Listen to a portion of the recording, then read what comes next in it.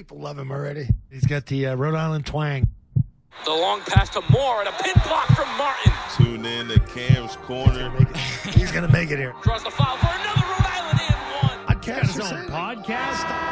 It's good off the backboard and in. On a break.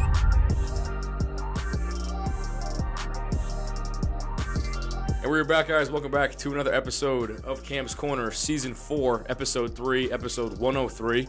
3 episodes passing the 100-episode mark. We've had Jackson Stepanian, Paige Messier, another roadie guy right here, Josh Paiva, another reoccurring guest, one of my boys from Rhode Island. Happy to have him back. The last episode, we were just talking about it, Season 2, Episode 40, May 25th, 2023. So it's been a minute since we've hopped on and chopped it up. So I guess first things first, just talk about how you've been and what's been on your calendar this past year. Yeah, man, I've been good. First of all, thank you for having me back. Yeah. It's a pleasure. Love always being here. I guess lately, it's honestly the same stuff, different day. Just keeping the grind going with men's basketball, making content with them, trying to grow that team social media page, and also just trying to grow my own page too. Really just working on setting up my own personal brand and trying to grow as an individual myself. Yeah, and I remember we talked from the first episode, how much we've both grown from the first point, we met. I remember, we talked about in the last episode how, my first ever football game at URI was the first time I saw you. And was that your first time? That was your first time, doing videography stuff, right? That was the first time you ever were at, an event for URI? Yeah. For URI, yeah. 100%, yeah. Because I remember you said you grew up a roadie fan coming from Warwick. Yep. For me, it was the opposite. I was a big PC guy coming from Johnston. I know it's tough to say, but, now over the years being, so in the midst and working with Rhode Island and, the great programs they have, it's tough not to root for them.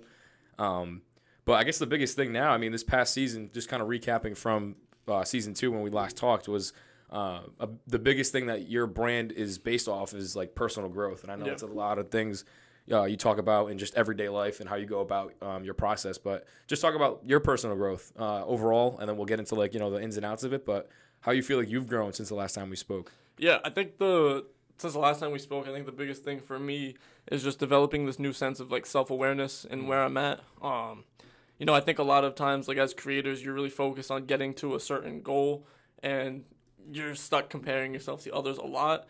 And I know it's ironic to say that because my company thing is do your thing, not theirs. But obviously, as anybody who works in this field, I'm sure you could say the same thing. It's hard to keep blinders sometimes. Yeah. And you're distracted by what you see on social media.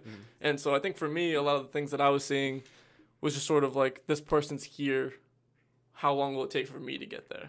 Which in one sense can be used as motivation, but in another sense can kind of drag you down a little bit. And over the course of the last couple, year, I'd say, maybe since we met, there has been a couple times where I've hit some creative slumps. Yeah. And I just haven't posted, or I haven't had the motivation to post, or I haven't had the motivation to, get out and make something new. But I think that since then I've been able to, just find the importance in doing those things and getting out and making new pieces of content and, through different means journaling and writing down my ideas and simply just going and do it. I think that's helped me develop more as a creator and as a person. So, yeah. Yeah, you kind of nailed it right on the head right there. When you get in the midst of everything and you're so locked in and you're boom, boom, boom, every day, and then you have that slump, it's okay, how come this person's rocking like that, but I'm not? Right. And that's such a big mindset thing. And it's how do I get out of that? What are the things that I can do to kind of just get back to my roots and where I'm from and how I built this whole, you build up your own the brand, the same thing how I'm doing with Cam's Corner. It's it's our brand, and on campus people would know us for that, right? Which is super rewarding, right? And right. Especially in classes, when people can take something away from it and be inspired and away from it. I think that's the coolest thing in the world. Not that you strive for stuff like that, but to be able to have that, again, it's reassuring. Stuff like that's cool to hear, especially when you don't really expect it, because a lot of times when you're that position, you're the one who's saying that to other people a lot. It happened to me once. I had a buddy who texted me that went to he went to Louisville, and he texted me, he's like, hey, bro, I've seen the stuff you've been posting, you kind of just inspired me to pick my camera back up. And it's something very, very simple like that makes you feel okay, I'm in this for the right reasons. It's more beneficial, and it's better for you when, not better for you, but it makes you feel better when you're able to instill that sense of confidence in somebody else. For sure. Yeah, and social media, you can reach it's crazy the audience that you can reach, like, when you think about it at the end of the day. Like, I had a video go viral about a couple of weeks ago about Joe Mazzulla. His high school coach was one of the interviewees I had on for the documentary that you were at once I premiered it and everything. But he was somebody I sat down with, and I was like, you know what? Like, now that Joe's at this stage, I didn't really use a lot of the clips. I mean, I used a good amount in the documentary, but I was like, I didn't really use a lot of the clips of him talking about Joe in specific. So I was like, you know what? I don't have, at that point in time when I posted it, I didn't really have a lot of guests lined up. So I was like, you know what? Let me go in the archives and cook something up. That now has like 5,000 likes, like 130,000 views. So it's like you don't know who it's gonna reach or what time it's gonna, or like it's just like that. Yeah. And the video that I think that you posted, you're probably already gonna know what I'm gonna say with the Jaden House video that got muted, got unmuted, almost had like 1 million views. Yeah. That was this year. So Jaden House is a guard at the University of Rhode Island. There was like I don't know how long, like a 20, 30-second clip of just kind of like a montage of highlights and like a trending sound that was going around at the time. So just run me through that. So so that video just kind of spurted. I'm sure you know I'm gonna butcher his name. It's ZTX Productions, I think. Mm-hmm. He's a creator from Boston University, and he made the video of Otto Landrum, the forward from Boston University, and it's the he says, "Hi, Mom," right before it. Oh my gosh, if you go to my comment section, I get hated on that clip so much. I had that clip for like a month and a half before I made that mix. I promise. I had that clip for a while. And I texted the kid, I'm pretty sure it's ZTX Productions, if I'm mistaking it, I'm sorry. I DM'd him and I said, "Hey, I'm going to make this mix. I'm so sorry if, like, this isn't me trying to rip you. I'm just, like, I think it's cool." He loved it. He's like, "That's a cool idea. Do it. Go for it." And I posted it. And I didn't expect it to, like, go viral or anything. I just wanted to do it because it looked cool. It was funny. Yep. And then it started to, like, take traction. And then I got so many hate comments. But I wasn't even mad at it because the more hate comments, it boosts the algorithm and it gets more views. Yep. And it hit 750,000 views. So I was like, all right, it is what it is. House thought it was funny. I thought it was funny. The kid ZTX thought it was funny. So I'm like, hey, whatever. And then I saw you had a cinematic reel for Rhodey football at the end of the season. You kind of made a similar one for yourself at the end. And I think it started with Jaden saying, "Oh, I said hi, Mom," in the last one, but I can't say it in this one now. So after that first hi, Mom video that we made, every time we were in the tunnel, because I'm in the tunnel pregame, every single game, House would walk up to the camera and say something different every single time.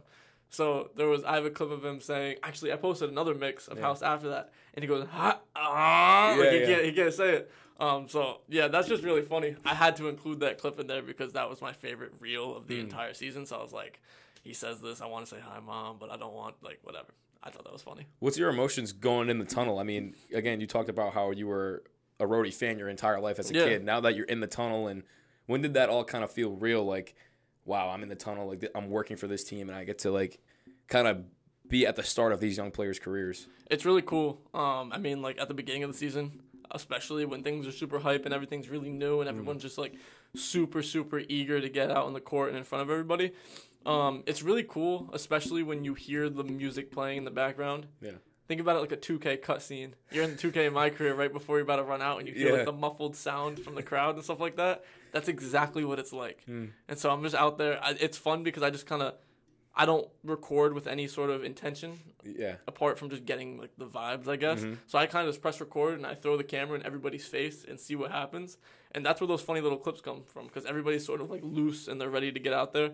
So I could get clips of guys dancing. I could get clips of guys being locked in. I could get them saying something funny. You never really know. I think that's the best part. What's your favorite clip you've made, something you've put together? Well, your favorite, I guess, moment making stuff, like when you look back and you're like, oh, that was worth like working on it for hours and hours or whatever it was. And then two, like a moment just like you were able to be in the present. Because I feel like looking through a lens, like sometimes it takes you away from the moment that's going on. Like when I would do like sideline stuff and I was the digital correspondent for football, I would watch like the entirety of the game almost like just through a lens. And it kind of took my joy away from actually being like on the sidelines for a football game. Yeah. So sometimes I kind of had to like reconnect and like you can't take a few plays off because you might miss something. Right. So I guess one, like that in the moment feeling while you're like, wow, this is sick. And then two, like your favorite thing you were able to put together this past year. I think my favorite thing that I'll start with that second question. The favorite thing I think I put together from the year was probably our run out video, which is funny because I never got to see it because I was in the tunnel every time. Yep. But our run out video I think was cool because I had to make that. I had to come up with the idea for it, shoot it, edit it, produce it, direct it all in one day. It was just like a last second thing. One day? I did it all in one day. What do you mean? Like you put it together in one day? I was told I had to make the video. Like on game day? The video. Not on game day. It was a couple days before our first game. I think maybe. Oh, so they didn't have this idea until like a few days before the opener? Yeah. Oh, wow. So I had to literally, again, write it, Yeah. come up with the idea, find the song, produce it, direct it, shoot it, everything. Wow. But that was, so I used like a, this is something I'm going to end up using in the future. Sneak peek, I guess. I used cinematic remixes of older songs. I love it. That's what I did last year for a theme. So I used Gangsta's Paradise. And I did like a montage of the guys like putting their uniform on, so they're tying their shoes, putting their jersey on, like tying their shorts, putting the beats on to listen to music, and then it started to like slowly build up as the scene went on. It was like a minute long. And then it cut to them in the tunnel while they were actually in the tunnel. Yeah. And then as I had them run out of the tunnel, it cut, and then they actually ran out of the tunnel. Yeah. So I think that was a really cool thing for like fan experience because it sort of is very personal, and they're very they get to see like in the locker room. Like none of the fans get to see the locker room ever. So to show it in a video pregame and make it look like it's actually a lifetime video, I thought that was so cool. It came out well. I mean, to watch it pregame and to be on the sidelines like calling the game, it kind of hyped me up too to kind of make sure I'm on my A game because I mean, sometimes like the cuts weren't. I mean, no, the cuts were great because it went to black, like, and it just came back out. So every time it was like the best. And like after the anthem, like as being a part of it, it's just it hypes you up. It's cool. Like that makes the moment to start the game. Yeah. But the second part to that, like your favorite thing you've ever put together this past year. So like that was your. Oh no, I'm sorry. You just said that. Yeah. So the first question was the my favorite like moment. So now like living in it, like the first time, or I guess this year, your most memorable moment as far as like watching a play and being like, oh my God. One I can think of is Darius Savage for football, that one-handed catch on the sideline. That was sick. Yeah, that was that was one of the best clips ever too. Yeah, but something you've recorded and you're like, wow, cool. I got that. He had another one in the end zone too. And like he tackled you over. Like Yep. There was Katero versus Brown where he kind of like pushed the kid off and ran to the end zone and then waved to my camera. Yeah. Yes.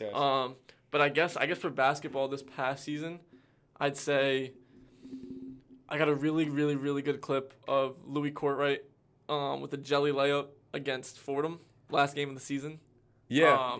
It was really, really cool. He was right in front of me. He had a nice little jelly layup. I have that. I say Louis' buzzer beater against St. Joe's. Yep. A10 opener. That was insane because like even though I was filming, I wasn't actually looking at my camera. I was looking at the play the entire time because I was a fan first, which never do that if you're working in this field. Don't be a fan first, please, because you're going to miss your clips. But I got lucky. House had a really, really cool dunk. Again. Oh, no. House against UMass. Yep. House, I think he hit a three on one end. I believe he had a three on one end. Then he ran back like smiling, and I was right in front of him as he was smiling. And then he instantly locked in and played defense. And as he played defense, he forced a turnover and then started screaming. And that was the an best. Emotional clip, and I was right there on the sideline. It's like, ah! And, dude, if I could have 9 more of those clips before I leave URI, oh my God.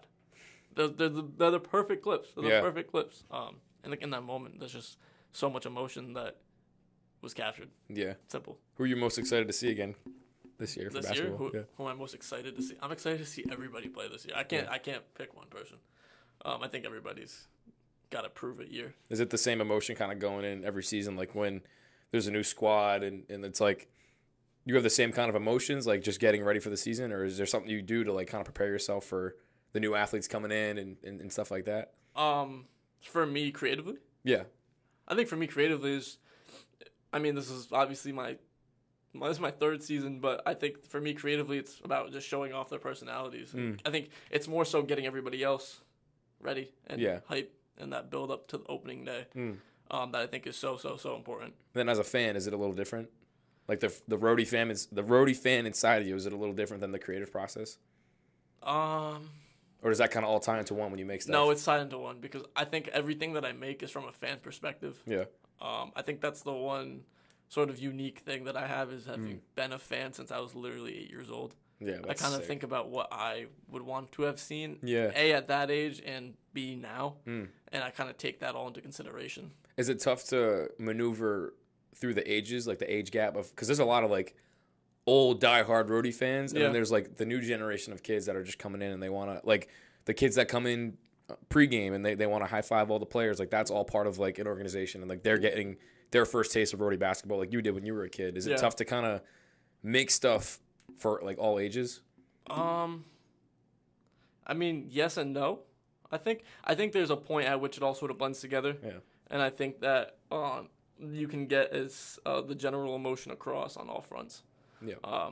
I think, yes, there's a way to make content that caters to a specific demographic and age group and stuff like that. But I think the more that you sort of are able to create the content that meshes well with everybody, I think that is what achieves the greater goal of just garnishing that hype and garnishing that excitement for the entire team. I think that goes back to like you as a person and your mindset and how you see yourself getting better and better each time you do something in your creative process, and the times that you put out stuff, not only to for roadie fans, but for your own personal brand. We talked a lot about like moments through this year in specific, recapping from last episode.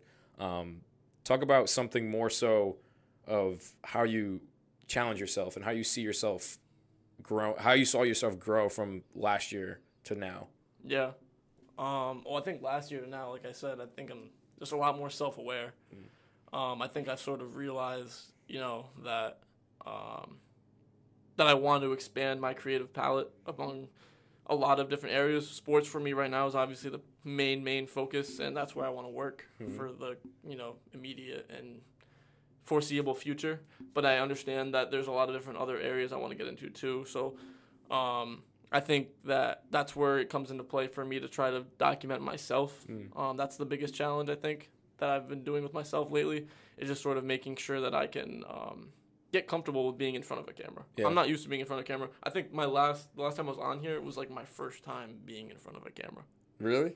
Like sitting down and being able to talk. Like usually when you're, I mean, now like the Day in the Life, those are really cool. Yeah. That's a different perspective.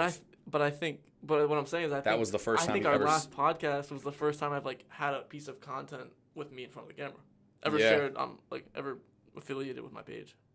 Yeah. I think. Maybe. Well, I don't think I've ever been in front of the camera before. Well, no, because you used to do those things where you'd go to like the beach, and remember like you were like just starting to rebrand, like do your thing, not theirs, and like you would do like the stuff like that. That was after your podcast. Was it really? Yeah.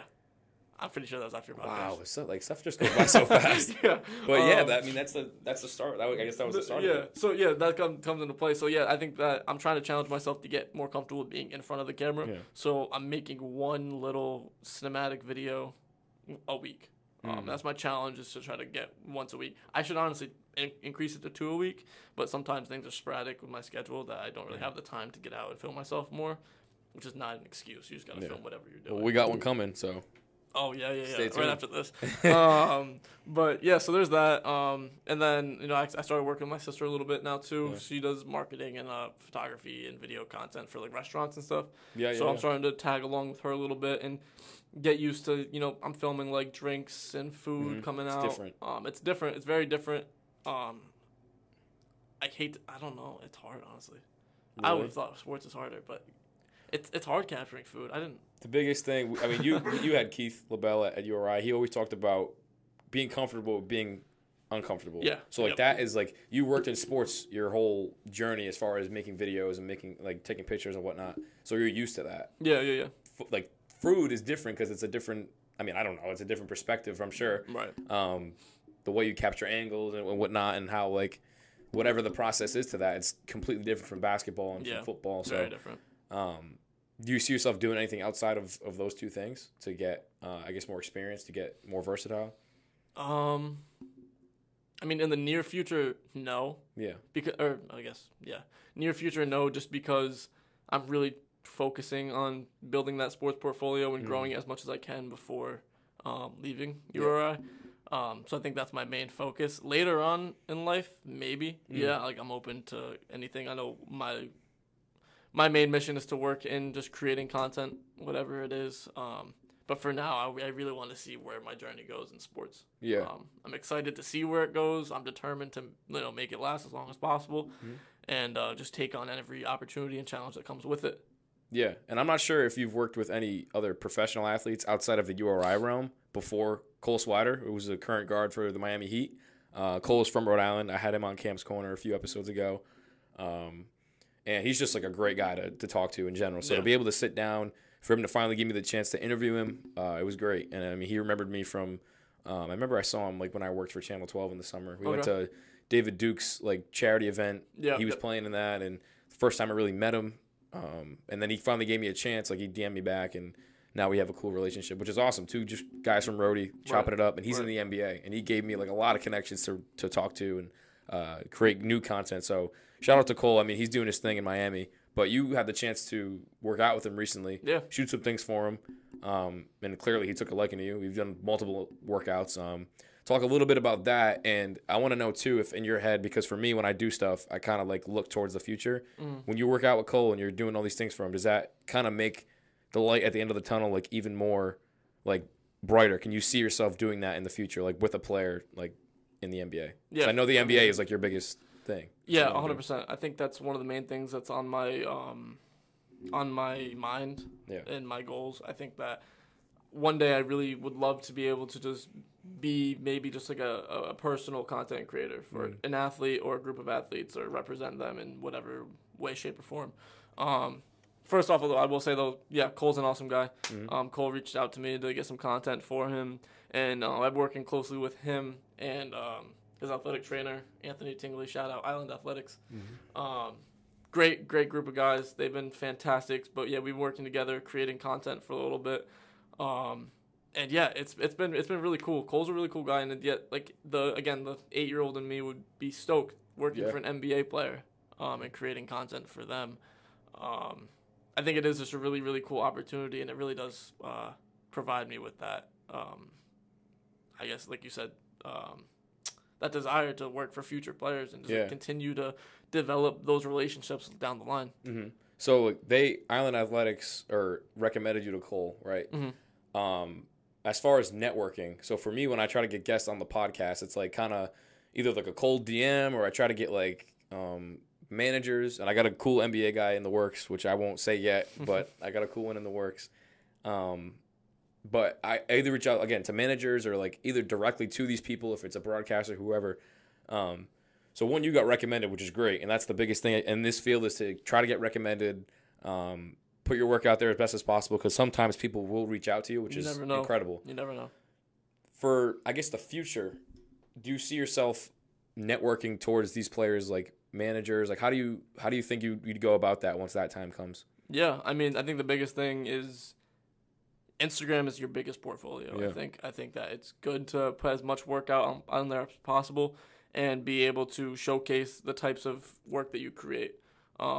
It's big to stick to your own sort of brand and your own creative style, because that's how athletes are going to find you. They're going to want a certain style. And if you can show that that's a style that you create, then they're more inclined to reach out to you. I think that a lot of times in today's era of social media, I think a lot of times it's the athletes that reach out to the creators more so than vice versa. Is it always good to send a DM and say, hey, like, I do this, I create content, and I'd love to work with you one day? Of course. Of course. By all means, go do that.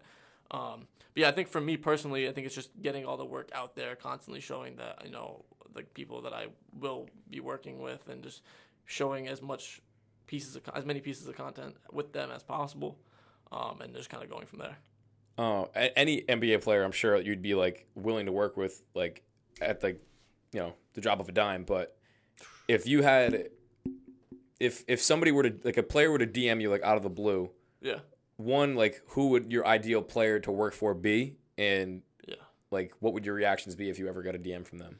First off, I could get a DM from absolutely anybody in the NBA and be absolutely stoked. I don't care if you're the 15th man. I don't care if you're a G League player. I don't care if you're the last player and the G League player. I'm happy to work with absolutely anybody. But I guess if I could pick one player to work for, man, there's many. There's a list of many. I'll give you a Celtics player, and then I'll give you a general. How about that? Yeah. Okay. If I were to work for anybody on the Celtics and create content for them, I think it would either be Jaylen Brown or Al Horford. I think Really? I'd pick one of those two. Just personality wise, I think Jaylen Brown's got a great brand that I respect, like much bigger than basketball brand that I like love. And I like creating like the lifestyle content too. I think he'd be a great person to work for. Al Horford's just Al Horford. I fucking love him. Oh, I can't swear on this. No, it's okay. Oh, I love Al Horford. I'm not like that high up yet where I get demonetized. I so. love Al Horford. I would work for Al Horford in a heartbeat. What was the other question? Outside general. Celtics. Yeah, Okay. You're gonna love this answer. I would love to work for Josh Hart. Really? Or Jalen Brunson. Just because they're so. JB. Just because they're so funny. Yeah.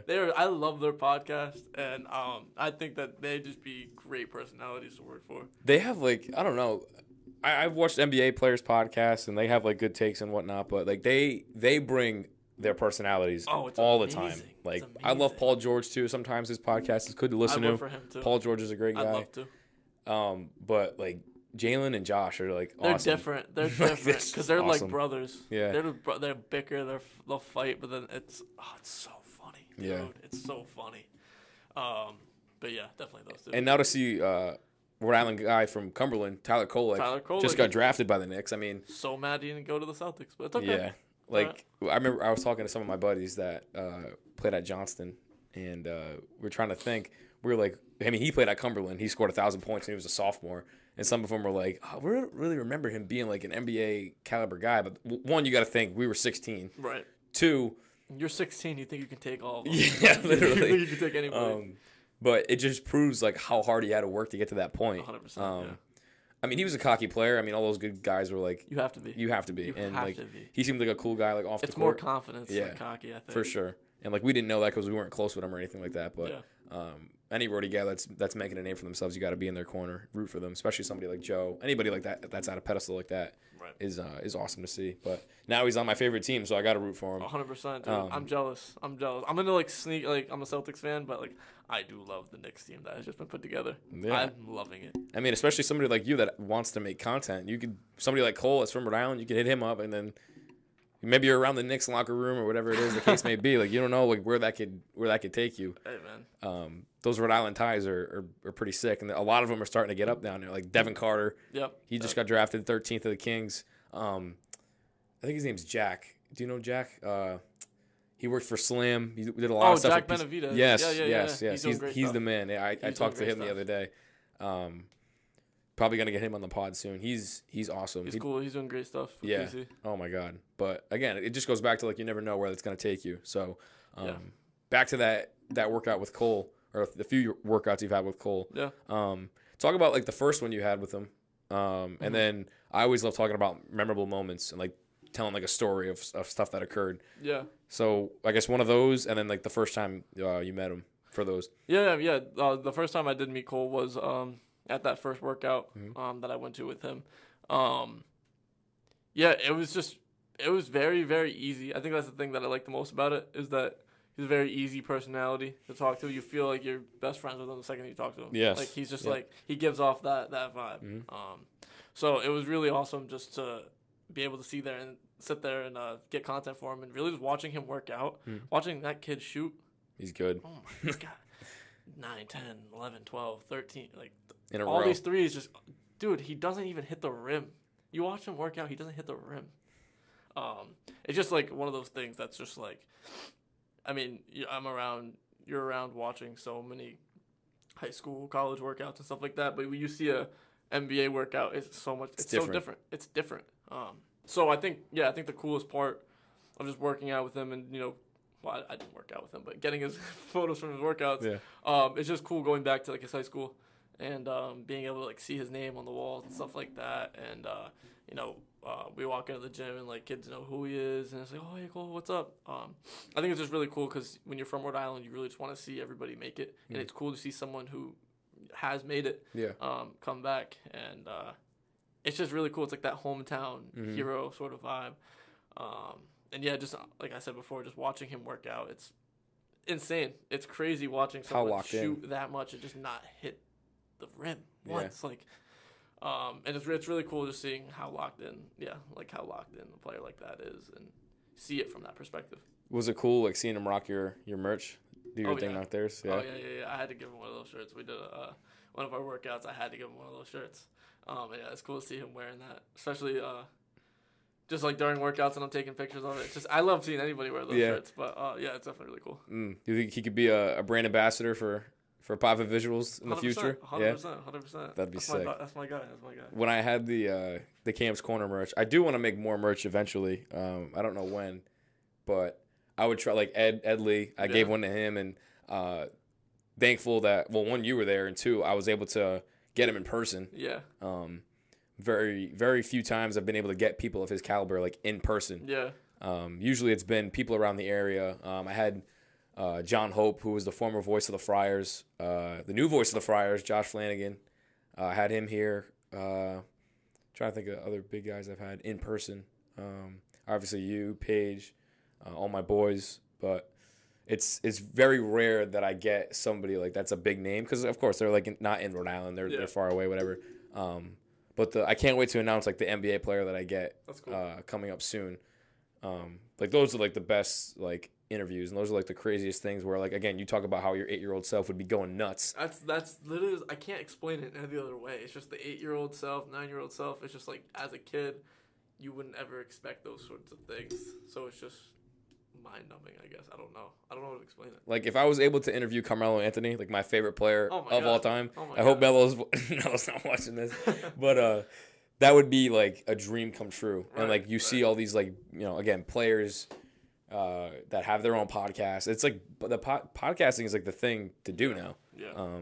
Not saying I started it or anything, but it wasn't like as big when I started Camp's Corner. Like it was like there's some podcasts were like blowing up and stuff and whatnot, and obviously like Logan Paul had his thing, and everybody's got a podcast. It's like the thing to do. It's like the new media. Not everybody should have one though. No, you should have one. You do great at it. Not everybody should have one. No, I get it. Like Draymond Green. I don't think Draymond Green should have a podcast, but that's my own opinion. Yeah, don't even get me started on Draymond. There's so many different people, but it's not like he's going to see this anyway. So, but moving forward with that, I guess we talked a lot about just recently, right now, how you look back when you were a kid, how like the moments now working with NBA players, being in the tunnel for URI, all that stuff just like brings you back to that core memory of you being little and like, wow, I would never imagine this when I was a kid. So like, past and present. So we'll start with like the past, like your first ever NBA interaction with a player when you were little. Ooh, when I was little, I mean, I didn't really have any. I didn't really go to games when I was like little. I think my first NBA game, I think it was in like 5th or 6th grade, and it was Phoenix Suns versus the Celtics. I don't think I met anybody there, but that was a lot. In high school, I loved Semi Ojeleye. And I think Semi Ojeleye was the first player I got to meet.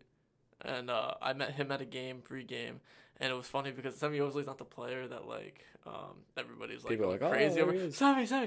And you see me, I'm at the tunnel, Semi Ojeleye! And he's, like, looking over. He's like, what? And he runs over to me. I take a picture with him. Oh, and I was sick. so souped. I just love Semi because I called him, he was a Giannis stopper, bro. He was a defensive demon. So I had a picture with him, and I was so stoked. That was honestly like the best thing. And then I met Tatum that day. I think I was more excited to meet. Really? I think I was more excited to meet Semi Ojeleye. I got Tatum. I got Tatum's autograph on my jersey, and I have it hung up now on my wall. But I think I was still more excited to meet Semi. And Semi follows me on Instagram now. Really? I talked to him on Zoom once. Really? Yeah. During COVID, I talked to him on Zoom for a little bit. Yeah, he follows me on Instagram. Shoot him a DM. We get him on Camp's Corner. Shout out Semi. Yeah. Where's he playing now? Minnesota, right? Or no? No, he's playing overseas now. Okay. Yeah, he's playing overseas. But yeah, I guess that was the coolest thing. And then, yeah, I think that would be like I know Ray Allen. I know his son played this past year as a walk-on freshman. And Ray was at a few practices. Just talk about that, if you can talk about that a little bit and how those experiences were. I mean, it's. I mean, it was cool. It was cool from the second, that Ray Jr. got there. It's cool because you're, I guess, working with the son of a Hall of Famer. Like, that's obviously really, really cool. And Ray's a really, really, he's a really cool kid. Yeah. He's very, very down to earth, very, very nice, great guy to talk to. But yeah, it's cool just at that seeing him in person too. Like you saw him at the games. Yep. You did his first call. Yeah. It's just cool to see those people. I guess even in Rhode Island in general. But yeah, so that whole experience was just really, really cool. Especially just being a Celtics fan your entire life. Like you would expect a Celtics legend to be standing 6, 7, 8 feet away from you. It's crazy, and I didn't expect that video to blow up how it did when I did it. But I remember it was like Thanksgiving Day. I think it was the day.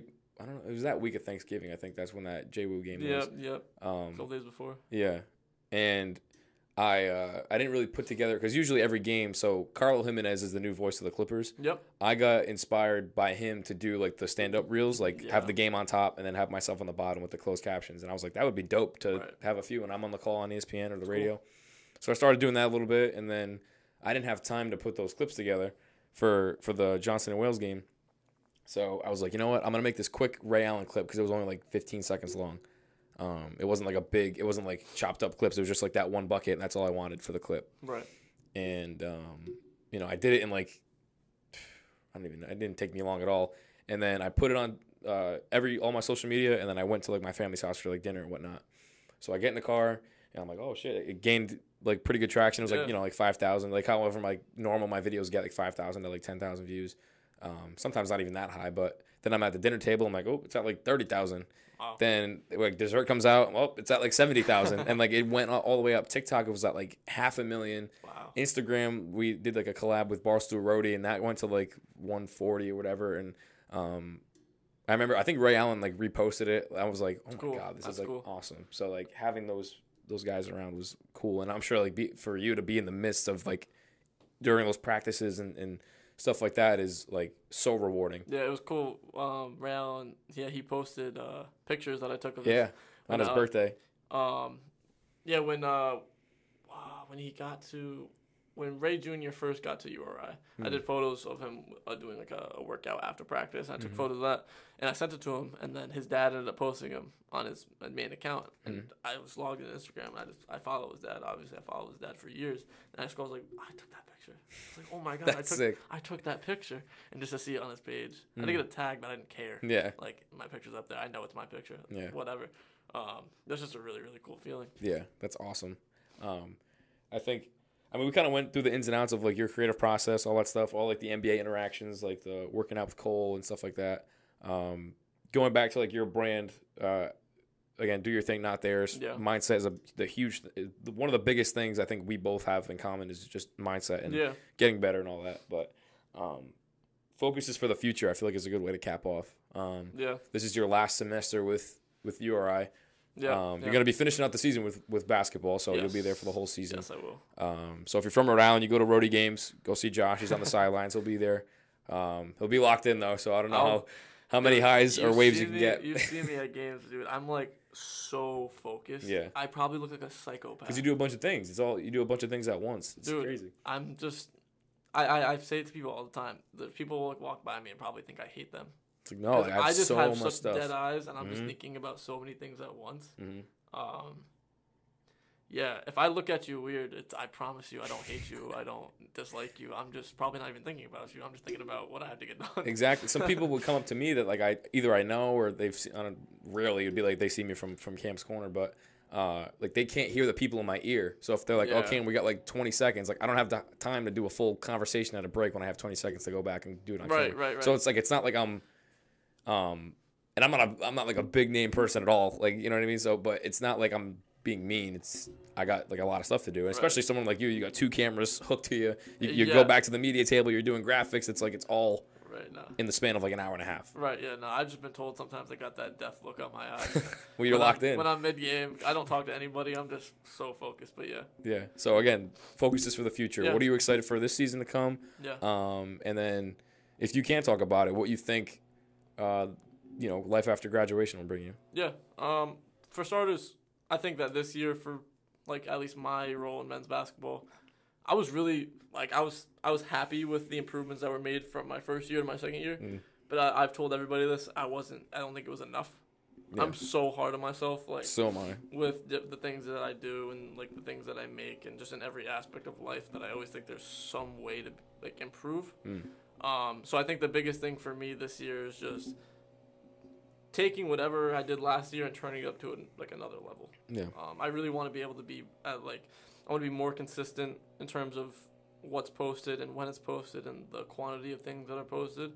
I want to be able to get more hype, engaging content over the course of the season. Obviously, like the build up from now, I think we're doing a good job, but I want to be able to take it to another level. I think the fan experience aspect of it, I really want to be able to, again, like we said earlier, cater to all those demographics and the entire age group of fans with our in-venue stuff, like hype videos and stuff like that. I really want to be able to just really take it to as high a level as possible. I was really honestly inspired by the Celtics this year. Oh my God. The Celtics social media team, the stuff that they Best. posted, like shout out Gage. Do you know them? I've talked to Gage once. Gage, Kate Vaughn. Kate Vaughn is awesome. Her clips, her account is Kate Vaughn clips, but her stuff is so good. Just those Aaron James, just those guys, Brett Hampton, I've seen Aaron those guys, James. just to name a few, like they're absolutely incredible. If the stuff that we put out with Rhodey MBB this year can be a fraction of what they did, then I consider it a success. Yeah. They are incredible. So that's kind of like my main focus. I was really inspired by their hype video this year too. I didn't go to any games this year. I wasn't able to, but I went to the watch party for Game 4 at TD Garden, and they played the hype video in the beginning, and I was just absolutely amazed. So I'm going to be taking every ounce of inspiration for this year's stuff and putting it towards that. And yeah, I think that's the biggest thing. I just really want to be able to create that engaging, fun, dynamic content that is different and will get everybody excited this year. So, this is really, if last year was a year of growth, and this is the year of exponential growth, because I think that the possibilities this year are absolutely endless. Yeah, I mean, you know me, I'm always going to be in your corner, always rooting for you, always supporting everything. Super excited to see. Now that I'm not at URI, it's kind of going to be like a disconnect because I don't know where I'm going to be. Hopefully it's somewhere soon, but right. That's the power of social media, though. You can always keep up with people. You always know what's going on everywhere. It's great. Everywhere. Do you see yourself working for like a team like the Celtics and like after graduation, or do you think that could be a possibility? I would love to. I would love to be able to move up into like the professional ranks, but as of right now, I have no idea. I'm really it's too soon. It's too soon, but it's also like that's another thing that comes with mindset, as I've been really trying to be focused on staying in the moment with everything. For sure. I think that's something that my entire life I've been really stuck on, worrying about the past or worrying about the future. I want to just be able to live right now. I want to enjoy everything that's going to go from right now till the end of March, and then worry about all that stuff after. Yeah. But yeah, obviously, wherever this creative journey takes me, I'm ready for it, and I'm really excited to see where that might be. Whether it's, I don't know. It could be anywhere. I can't say anywhere because I could be. I go to NFL, MLB, NBA, college, stay here, go somewhere else. I have no idea. It's all about the journey, man. It's all about the journey, and I'm fully ready to do anything. I'll move. I'll relocate. Yep. I'll go anywhere, man. Same thing, man. Like, I don't know, again, like, where my journey's going to start as far as the professional Your aspect. journey's already started, bro. Right. Exactly. I told my dad that the other day. Your journey has started a while ago. He's like, the journey hasn't started yet. And I'm like, no, it has, but not at the professional level yet. Right. So all that experience obviously didn't go to waste. It's like it's building me up to start and make money. Yeah. I'm willing to move. I mean, when I talk to you, it always makes my vision clear that it's going to happen. And two, like, I just see both of us like in the NBA one day, and I see us like reconnecting at this like. Yeah, I think we both have a very clear vision and clear mind with where we want to be. Which is awesome. And you got to surround yourself with people like that. Surround yourself with people that want to see you lifted up, one, and two, that just see a vision. Like, it's tough to talk to people that just don't get why we do what we do. Right. Like, oh, the money might not be there, like, as you start out, but it's like, again, you just said it's all about the journey, growing, because then the money will come.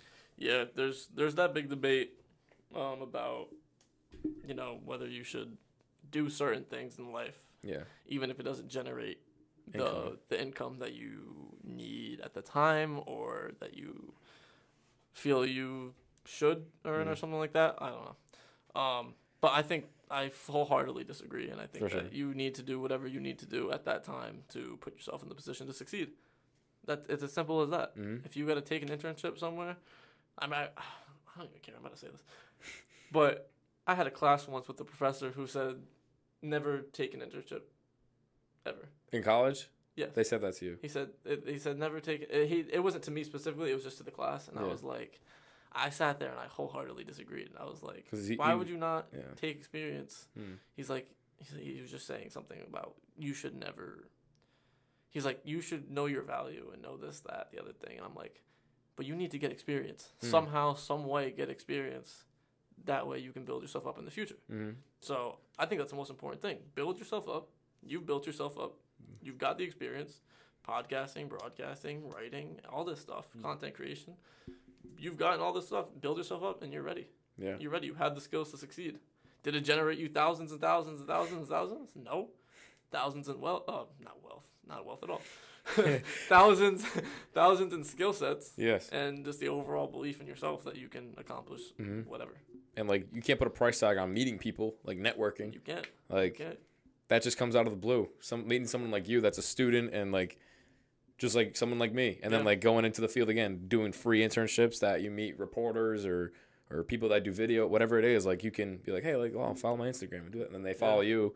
Shoot them a DM one day, then like you never know what can happen. Experience and networking are the two most important things in this realm of sports. Yeah, you cannot underestimate the value of that because it can literally take you anywhere. And it's a grind. It's a grind. People got to realize that. You don't get into this. You don't get into the industry of working in sports without wanting to be in that grind mindset.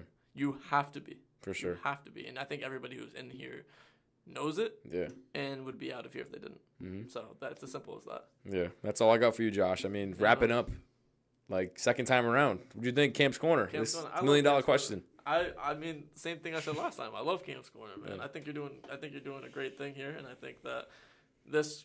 I mean, you're on season 4 now. 103, episode 103. Episode 103 to 4 more seasons. Yeah. And I think you got to keep going with it. Yeah. Keep going with it because you're doing great, and I respect it. Yeah, appreciate that. My guy, Josh Paiva. Tune in, Paiva Visuals, all social media. Episode 3 of season 4, 103 overall. iCam's One Corner on all social media, Google Podcasts, Spotify, Apple Podcasts, wherever you get your podcasts, YouTube. You can see our beautiful faces on the screen. But again, thanks. Blush, bro. Damn. Yes. Josh, I appreciate you again. Always. It's always a pleasure. Again, tune into Camp's Corner, tune into Paiva Visuals, and we'll see you guys in the next episode of Camp's Corner. On a break.